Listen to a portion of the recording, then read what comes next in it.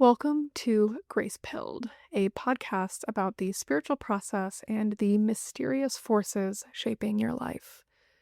My name is Hannah, and since 2015, I have been a practitioner in a classical Shakta tantric tradition, which informs literally every aspect of my life, including the things that I like to talk about.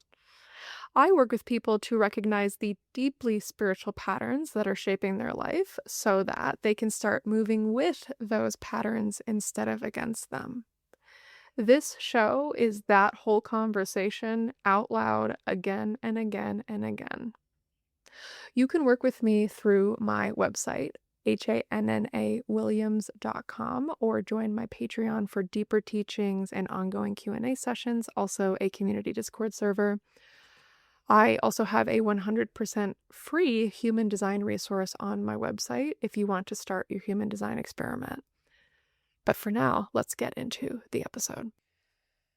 Hey guys, this is a Yapcast episode of Gracepilled. Last season, I learned a lot about how to do a podcast. It was season 1. It was a real trial and error process.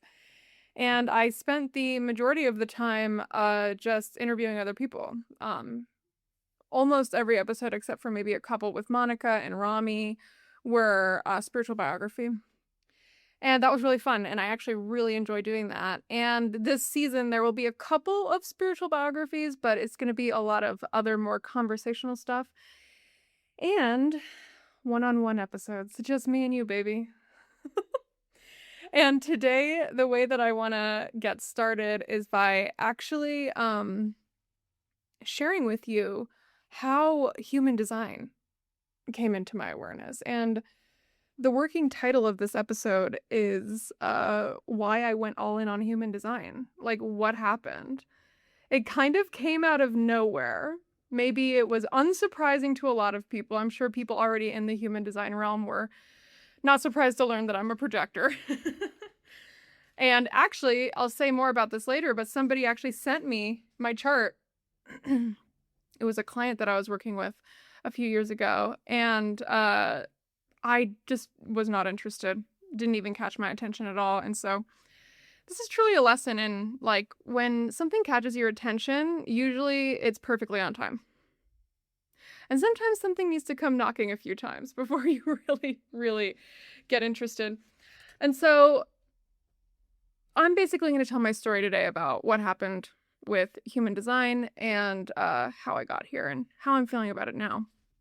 So before I go deep into this, I do just want to say a little bit about human design. This is a kind of self-understanding system, a self-analysis system, but also like deeply practical with how to not only understand what you are, I use the word what there very specifically, but how to best be what you are so you can experience less resistance in your day-to-day life. This system was, what's the word I'm looking for? Downloaded, channeled by a man named Ra Uruhu. His real name is Steve. He's from Canada. He's a white guy.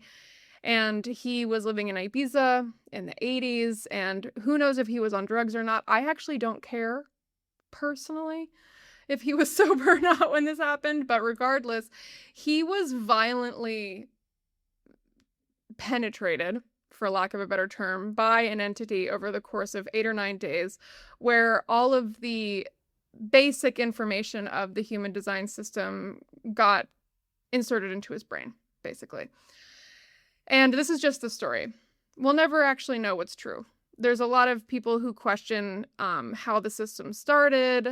A lot of people even question energy types because there weren't any energy types in the beginning. I don't care about any of that discourse. I don't care anything about it because all I know is that it has completely changed my life. And if you know anything about me, I am not one to care about the details of a situation. I'm much more outcome oriented.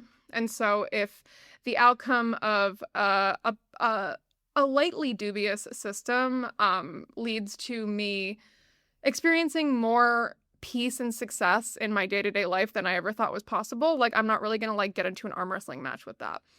And so anyway, Ra Uru, who channels all this information, I think he goes almost 10 years without even doing anything about it.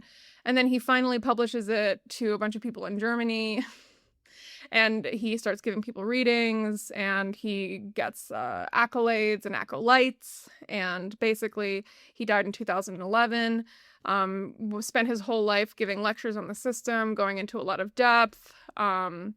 Things like variable didn't even come along until later on, and some people think that variable is more real than the rest of the system. And it's a very, very, very, very complicated system. But one of the things that people criticize with human design is cultural appropriation, because it's lightly influenced by the Kabbalah. I barely see it. The chakra system, the I Ching hexagrams, that's probably the biggest one, is probably the I Ching. And if you don't like to get within 20 feet of anything that is remotely culturally appropriating something, you literally don't have to do human design. Nobody's forcing you to do it. But, you know, something that I've been thinking about for a long time is that even the tantras, like I'm a classical tantric, even the tantras were transmissions. Tantra is book. One way of looking at the tantras is that they were like grimoires, so magical texts that were instructive on how to do spells in so many words. That's like a Western interpretation of what the tantras were. But there are plenty of tantric texts, or even just texts within the entire like corpus of Southeast Asian religion, that were channeled texts. And so there's a long history of humans engaging with channeled material. And I think that God's Leela, like her divine play of doing things in the world to kind of make us stop and think, is infinite. And I just think maybe on some level it's a little bit of a Leela with human design, where a white guy named Steve from Canada got picked to channel this system that is disturbingly accurate. Like, I get goosebumps. I do my analysis for people. I do these like written analysis of people's charts, and almost every time I get an email back from somebody saying that they got goosebumps about how accurate it was. So it's like, we can wring our fingers over Steve, or we can kind of look at what's really happening here, that like something came through Steve. And before I move on from Steve, I just want to say that sometimes I hear people criticizing Steve, our man Raw. I hear people criticizing him, and they say, isn't it a little bit suspicious that he had a history of marketing? He was a professional advertiser and videographer, and he's a manifester, so he's the one design that's allowed to do whatever the fuck they want. Isn't it a little bit suspicious that he came up with all of this? And my answer to that is, if there's some sort of hyperdimensional being that wants to bring a message to Earth, they're going to pick who? They're going to pick Steve, because Steve's going to know how to actually do something with the information. Of course, they're going to pick a manifester. Of course, they're going to pick the guy with the marketing experience. He knows how to spread the word. Oh, who do they want to pick? Somebody without executive functioning who like lives at their parents' house and can't do shit? Like that, they picked the perfect guy, okay? And so that's my spiel on the what's the human design and the basics with Raw and all that sort of stuff. But in essence, I think that like the original phrase of human design, of being the science of differentiation, sums it up very well, because it's all about how each person is an individual, fractalized being of infinite complexity. And the body graph shows you that, because you have your different channels, you have the defined centers, you have your openness, you have open gates, you have open centers, and then there's all the lines that go back infinitely.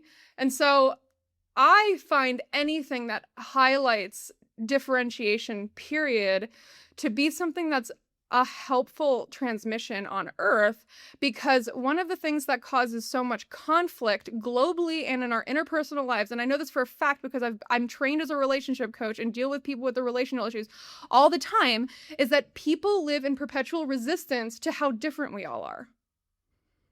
People don't want to sit with the fact that people are different from them. And so I see a system that's all about the science of differentiation, and I'm all in, fam. I'm like, yes, we are all different.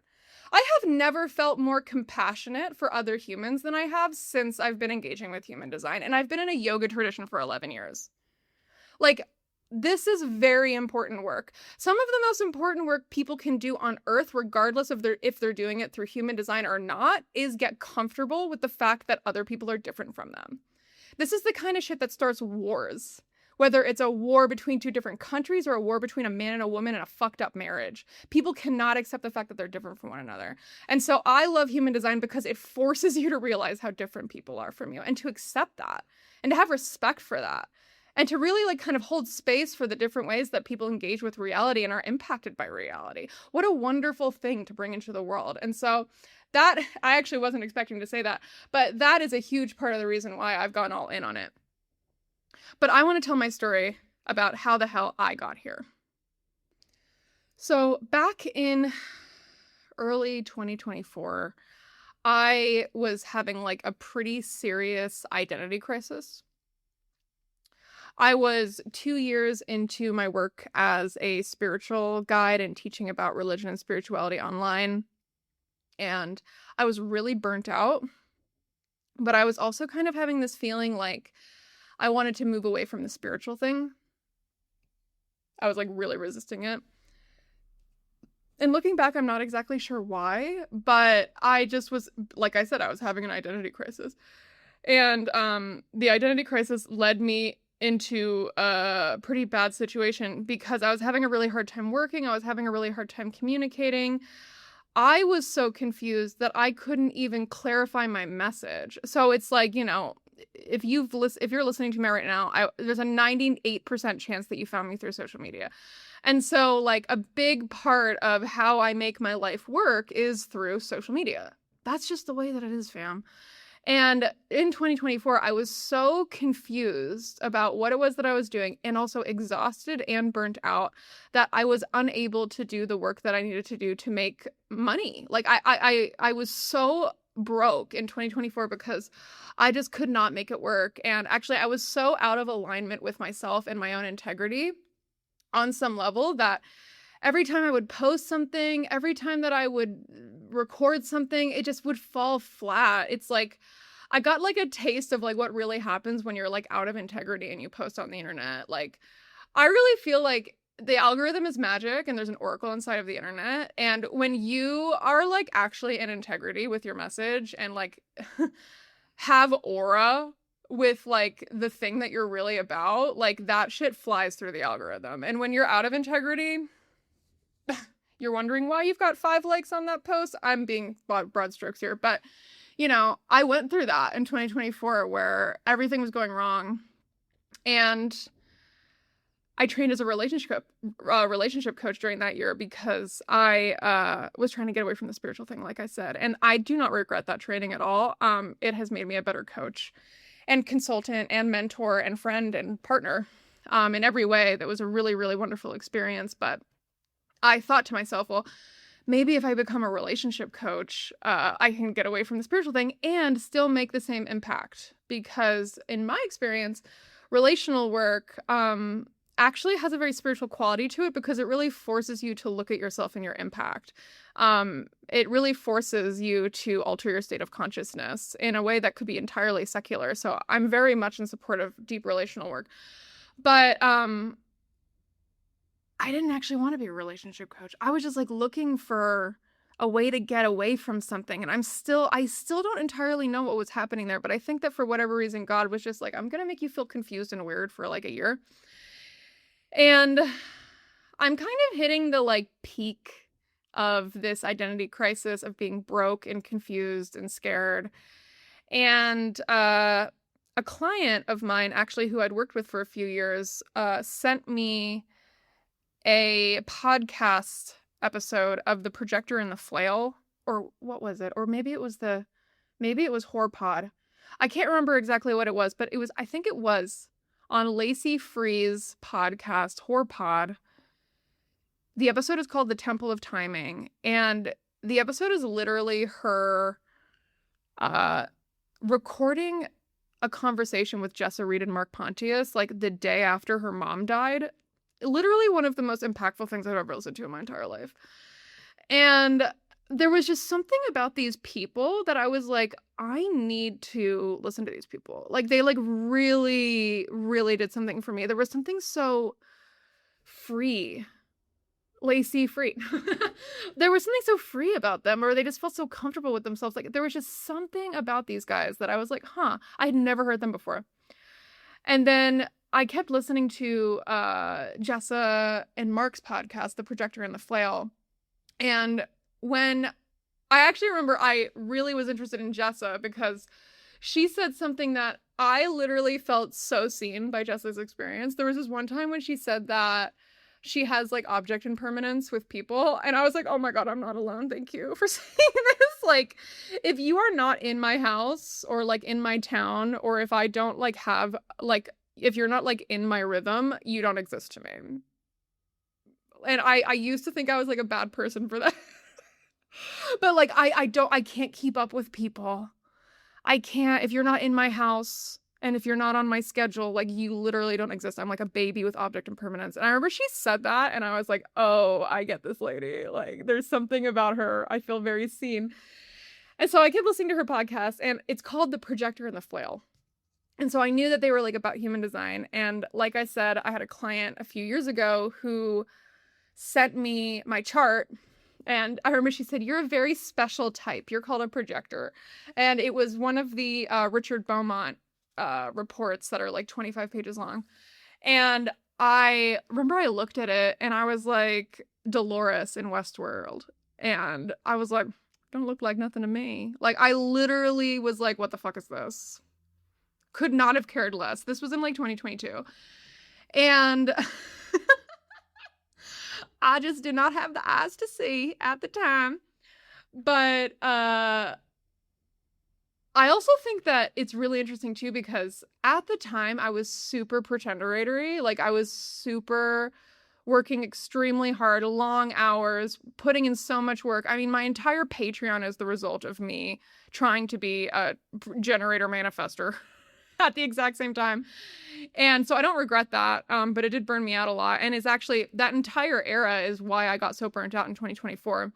But I think that like at the time, like if somebody had told me like you need to rest more and not work so much, at the time I would have been like, no bitch, I'm here, I'm trying to get that bag. Like I would not have even like heard it. I would have been completely uninterested. And so it actually took extreme burnout and extreme financial crisis for me to finally get the message and be like, okay, I'm listening, I'm sorry. I'm sorry, I didn't care.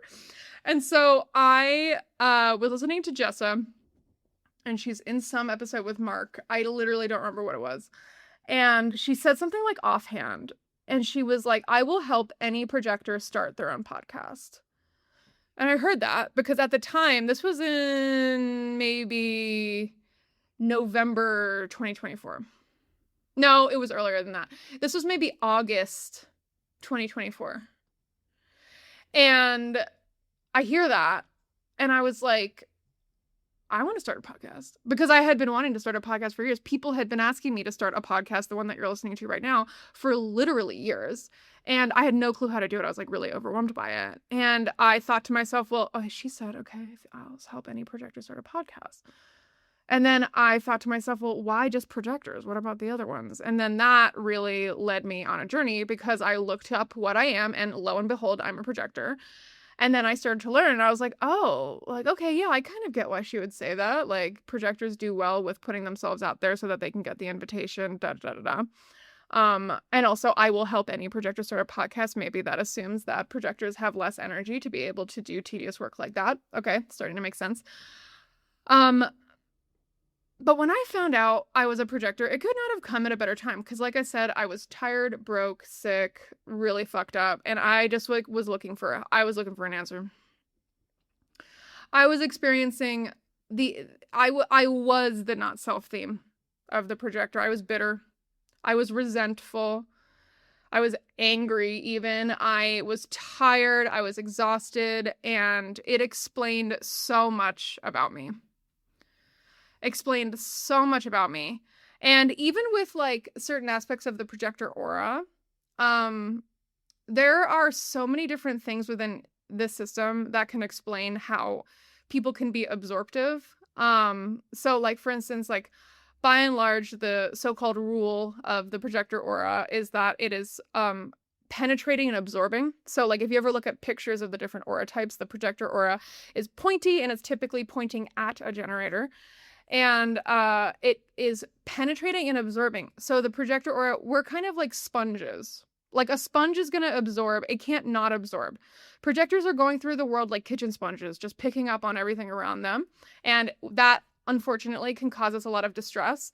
And also is a potential source of profound wisdom, because you end up just having to do something with everything that you're absorbing, or else you go crazy.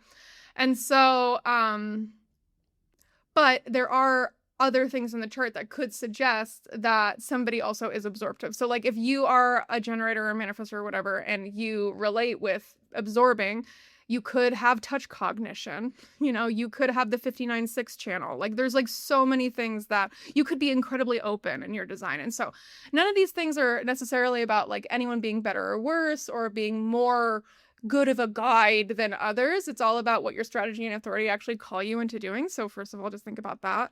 But I had just actually been coming off of like a really hard summer as a step parent. And I remember we actually went on a trip to France for 3 weeks, and I learned that, oh boy, can you be miserable in paradise? And I got really burnt out on travel. I was like, oh my God, we planned this trip like we were 19 years old and we're in our mid-30s. Like, what the fuck were we thinking? We had a 9-year-old with us. We were traveling with my partner at the time and his sister and her boyfriend. And I was just I did not understand why it was so overwhelming for me to be in that situation. Like, I just could not hang. Like, I felt like I was acutely and painfully aware of all of the dynamics between the group. To such an extent that it was like getting in the way of me like functioning. And I know now that I'm a 2/4 profile, so I'm a hermit opportunist, and so I do well with time away. So going on a 3-week vacation with a bunch of people and never having alone time is kind of my worst nightmare. And then also, like, I'm a kitchen sink sponge. Like, I'm a sponge at the bottom of the fucking kitchen sink, and I'm gonna pick up on all the shit that's going on around me. I have a lot of openness in my design. I'm a completely open solar plexus, so I'm amplifying everybody's emotional waves. So it's just like everything started to make sense after I learned about being a projector, because I was like, oh, that's why I was having a high-key mental breakdown on that trip. That's what was going on there. And I just started to go on this like whole journey of kind of like exploring and experimenting with what this actually might mean. Is this actually true? And when I started to learn about it, I just felt this like really deep level of resonance with everything that I was reading. Deep resonance. And I would say that it took me like a year to start really taking it seriously. It took me like a year. Like, I was definitely holding it in my heart. I was still doing a lot of not self behaviors, and I have many, many years ahead of me of deconditioning. It's only been so long. But it took me like a year to really just kind of sit with the material on my own, study it on my own. But something that I started to really notice was that it was something that was like completely consuming my attention. Like, even to this day, I still listen, like if I have it available, I still listen to like 2 or 3 hours of human design material like almost every day. And I think that I was really ready for something else, because I have been in my classical Shakta tantric yoga tradition for 11 years. And for the first 10 of those years, I spent most of my time studying the tradition. But one thing that I've learned about my own design is that I have a defined head and ajna. And so I remember when I like first shared my design on Instagram, somebody said like, oh, you always need to have a bone to chew on. And that really stuck out to me. And I was like, yes, I do always need a bone to chew on. And I think that the bone of my tradition, I think I've sucked all the marrow out of it for now. It's definitely the background frequency of my entire life. Like, there's no doubt about that. Like, it holds up super well. I have a very strong foundation. I'm actually moving to a town 3 hours away from the ashram, so I'm not going to be in the community so much anymore. And my guru told me that I have a strong foundation. He blessed me on my journey. And so I think that that's just the foundation. That's the background frequency. And I found another bone to chew on. And the fact that I keep fucking chewing on this bone just speaks to me that this is something that I need to do. Like my defined head in ajna and the channel of abstraction, always trying to make sense of the past and make order out of like nonsense in so many words, is like really into the way that actually this whole system can help us to make sense of the past. Or even with the global cycle change, that has been really speaking with me, with my understanding of like kind of like how did we get here. And so human design helped me a lot, but in the very beginning I mostly just focused on myself and studying my chart. I have my chart memorized, all the gates, everything's memorized. And then after I was like focusing on myself, because I thought to myself like, well, I better live my own experiment before I ever fucking talk to anyone else about it. And then I started to focus on other people. And so after, a year of listening to 2 to 3 hours of human design material every single day, like a psychopath, I finally started to kind of open up to my clients because I've already been working as a guide, right? And so I started running charts for people that I've been working with or people that I've been working for 3 years. And something really interesting happened where I started to see things that explained dynamics that seemed almost kind of like unworkable. It's like sometimes in life, like God gives us these broken and missing pieces that can never kind of fit into the puzzle. But sometimes I would find those broken and missing pieces with clients, and we would just have to be like, this might just be the mystery. Just do your practice. Praise God. Like this is just part of the mystery. And I started to run these charts and I would be like, oh, that's what's going on. That's what's wrong with your relationship. That's what's going on with your mom. That's what's going on with your burnout. That's what's going on with your energy levels. And then I was like, oh my God, like this could like really help me to help other people to literally just be more and more of themselves. Like even before I found the human design system, I've referred to myself as the authenticity police. Like I care above anything that people are honoring and respecting their authentic expression and their individuality. Like, even with all of the ego work that I do think is very important on the spiritual path, like, the worst thing you can do for yourself is try to be something that you're not. Like, talk about resistance, talk about holding tension in the mind that just inevitably causes pain and unnecessary and undue pain and suffering. And so I was already the authenticity police. And then I feel like I got like a map for how to like really be the authenticity police. And I started integrating it more and more into my work with my existing clients. And then I am splenic, so I'm a splenic projector. And one of the things that I started to do in the very beginning of my experiment was really experiment with my authority. So splenic authority.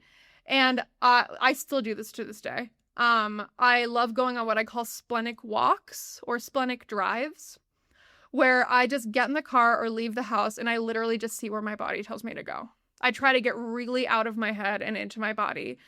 And usually crazy shit will happen in a good way. Like crazy shit will happen in a good way. I'll just run into the exact person I need to see. I'll run into the exact, I'll go on a walk and find out there's an acupuncture clinic 3 walks from my house that I knew nothing about. And one time I was on a splenic drive specifically.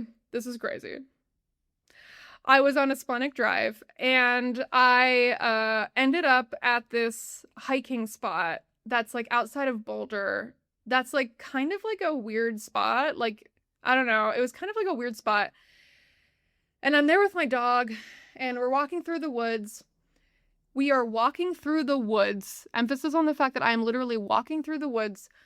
And I come across my friend Amelia Passer, who has been on this podcast. Okay. I was like, literally, what the fuck? How am I running into Amelia Passer in the woods right now? And we just get to talking. She's there with a couple of friends. We're talking. And I remember she turned to me, because she's an astrologer. And she turned to me and she was like, well, why don't you tell me more about my human design? Because she knew that I was taking an interest in it. And I knew she was a manifesting generator. And I was like, and I said in the moment, I was like, girl, I don't know. Like, if I can tell you anything about your human design. And she was like, well, just give it a try. And I started with the fact that she's a manifesting generator, and I explained what a manifesting generator is to her. And she was like, I have never heard somebody explain that so clearly and succinctly in a way that actually makes sense before. And I was like, huh? I was like, what? Because I was just like, I don't fucking know anything. And then she was like, gave me this feedback, like, wow, like, I think you know more than you think. And I was like, okay. And on some level, this is going to sound kind of bold. On some level, this is like 2.5 years of contemplation coming out of my mouth right now. I think I've kind of second lined human design a little bit. Like, I'm hermiting and second lining human design a little bit, because I think there's just something about it that I intuitively understand. I don't really feel like I've had to learn them. Okay, I did say that I listen to 2 to 3 hours a day of material, but I kind of feel like I've never really had to learn very much about it. I just knew. Before I even understood what the generator aura was and how it worked, I knew how it worked. I just knew how it worked. It's like these tendrils that go out and reach into reality to look for something to devote itself to. And then that was just what I assumed it was. And then I got confirmation about that over and over and over again as I was learning. I was like, oh, huh. And so I just like have this like weird knack for it. And so after I had that experience with Amelia, I thought to myself, okay, maybe there is something here. And I started doing these like very low cost readings for people in my immediate community, like not marketing it online at all. Like I was doing it with people in my social network. And it was like $60 for me to write an entire report and do a 1-hour session. So it was definitely like undercharging. But I was doing it because I know myself, like I won't do something if I'm not getting paid. That's how I operate. I don't do anything for free, except for this podcast, apparently. And I did these readings with people, and I started to just learn like crazy. And I gathered this huge library of information because I was writing all of these reports for people, gathering information about the gates and the channels and the centers, and that's actually what my website is now. So on my website, hannahwilliams.com/human design, I have a free human design resource that is the accumulation of all of the notes that I took when I was doing readings for other people. And as I filled out the page, I realized that there were a lot of missing pieces, so I had to fill in the gaps. But that's actually why my website exists, is because I was literally just gathering notes through what I called kind of like my paid fellowship of doing live human design research, talking to people and gathering information about things. And so, this is kind of how I've ended up here now. Is I'm in this stage of just being very interested in this topic and constantly learning, constantly growing more. I feel like such a novice. I feel like I love being a novice. I'm so happy I'm a fucking novice. It's so inspiring to find something that consistently humbles me. I'm so glad that I found human design. I love getting knocked over by information. I love getting knocked over by my sense of knowing, because like every 3 months, I love this about human design. Every 3 months, I'll have like a mild mental breakdown. And I'll be like, I don't know anything about human design. I'll be like, everyone needs to shut up. Everyone needs to leave me alone and never ask me another fucking question about human design. And then because I'll like learn something and I'll be like, oh my God, I don't know anything about this. But no, I do know more than I think.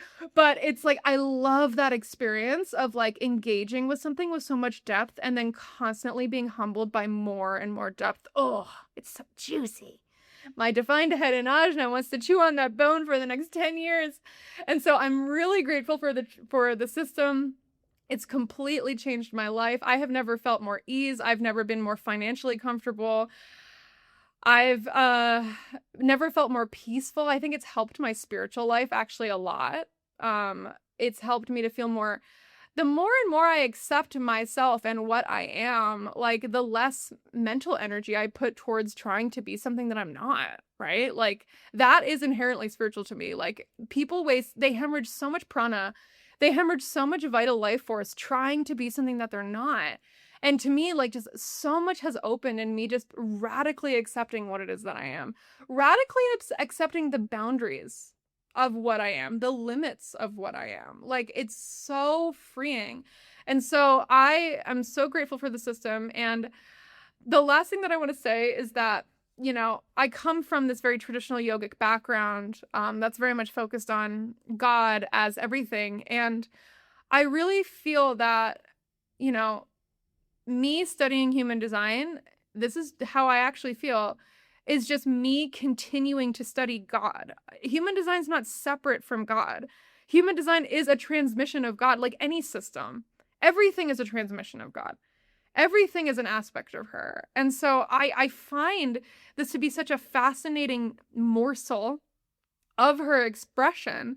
And I find that the study of the system is actually a contemplation of her. It's a contemplation of her mystery and her perfection and her order and the way that she wants to have all of these different people playing different roles so that we can go somewhere quite mysterious.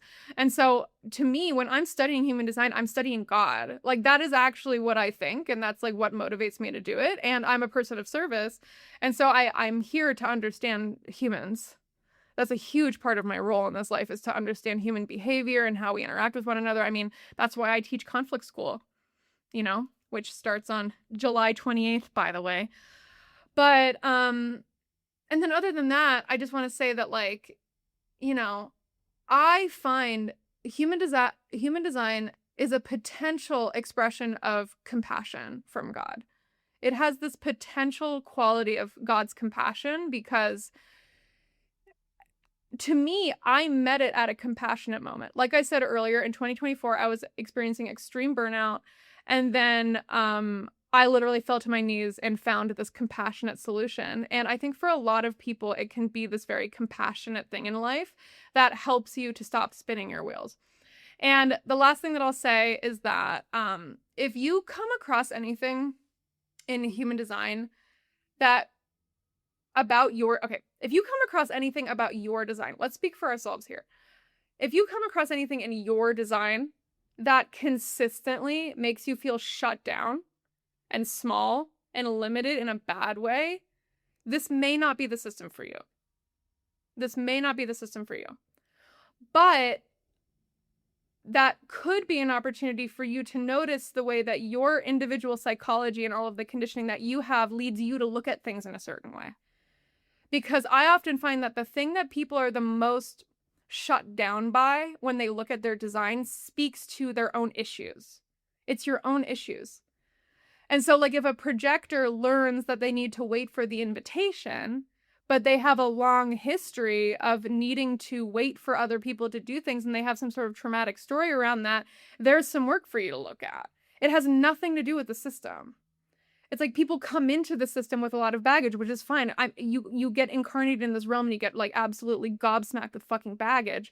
And so you're going to bring your baggage into whatever it is that you interact with. I see people doing this with God all the time. You have mommy issues and you hear me talking about the Divine Mother. The Divine Mother is neutral in a way. The Divine Mother just is, it's empty. And then you imbue that entire concept with all of your baggage and things that you bring into it. And that can either be an empowering story or a disempowering story. And so if you learn about your design, learn about being a generator, learn about individual circuitry and melancholy, you learn about being a manifester and having a repellent aura, like all of the stuff that comes up as like an immediate, like, oh, this is negative, this means that I'm bad, there's your work.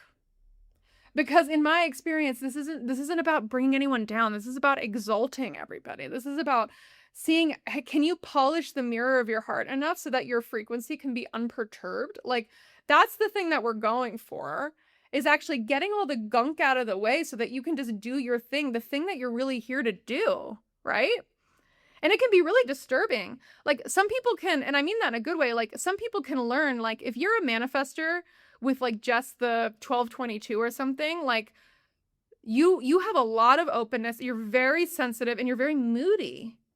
And the recommendation for 1222 is like, only do things if you want to, only do it if you're in the mood, only open your mouth if you're in the mood, only have sex and eat and have fun if you're in the mood. What if you're not in the mood? And what if I need to go to work, right? And so the human design system, depending on the way that you look at it, will either bring down capitalism or prop it up. Because some people might say, well, this is all about creating a hierarchy of worker bees and managers. Or if somebody were to really sit with the fact that they're a 1222 manifester, and all they really have to hold on to is their moody, charismatic expression, that could actually radicalize somebody to realizing this system that I got born into is absolutely not working for me. This is absolutely not working for me. And if enough people realize that, we would be on our way to the future that we all dream of interdependence, liberation, this system that's already running on fumes, that's already going to fall apart, will fall apart faster the less and less we engage with it as being the real thing that's going on. And so I think that the disruptive and disturbing aspects of learning about your design can actually prompt you to realize, oh my God, this situation that we're all in is absolutely untenable. And what if the only thing that I actually had to trust was my own authority to lead me exactly where I need to go in this fractal? And so that's the end of my preach. That's the end of my preach about human design here. And mostly because I have a meeting and and I need to go. But if you loved this conversation, you're very curious about it, like I said, on my website, Hannah, Hanna Williams.com/human design is my free human design resource. All you need to do is get a free chart from somewhere and then cross-reference your chart with all the information. On my website, it's kind of like a go through your chart experience. There's a table of contents. It's kind of like an Internet 1.0 page. And I also do chart analysis. And so I can write you a 10 to 17 page long document. It's pretty long. They've been getting longer. I need to stop. I don't know when enough is enough. Where I go through your design and really give you an outline of what it is that I see, what you are, and then where you're open. I use kind of like the analogy of your definition is the student, and then the openness are all the classrooms, and I kind of take you through a story around how to understand your strategy and authority and all of your channels. And then I also do one-on-one sessions. So that's always on my website, whether it's a spiritual question that you have that has nothing to do with human design, or if you want to do a fun reading with me, you can just insert your birth info when you book a call with me. And so I have so much fun doing human design. Every single one of you who has given me your hard-earned money to talk to you about human design, you have been a blessing in my life, giving me something fun to do. I am having the time of my life doing this work, and you guys make it so possible for me. I'm so grateful. And so that's it for now. Other than this, also one more thing. On Patreon, I do answer questions about human design every so often for our Q&A sessions. We actually have a Q&A session tonight, and we have a Discord server, and there's a human design thread where people ask questions. And so those are all the ways that I'm available in that space. And hopefully this was inspiring to you. And I just want to close this out thinking of you, listener. And I hope that wherever you are, if you are happy to hear me say this because you've been on the human design train, like, let's frickin' go. But if you feel confused and shut down and are really looking for direction and really looking for purpose in your life, I'd like to bless you on your journey. And I certainly hope that the path towards you understanding that comes much more into focus for you very soon, regardless of if it's human design or another system. All right, that's it. Jaima.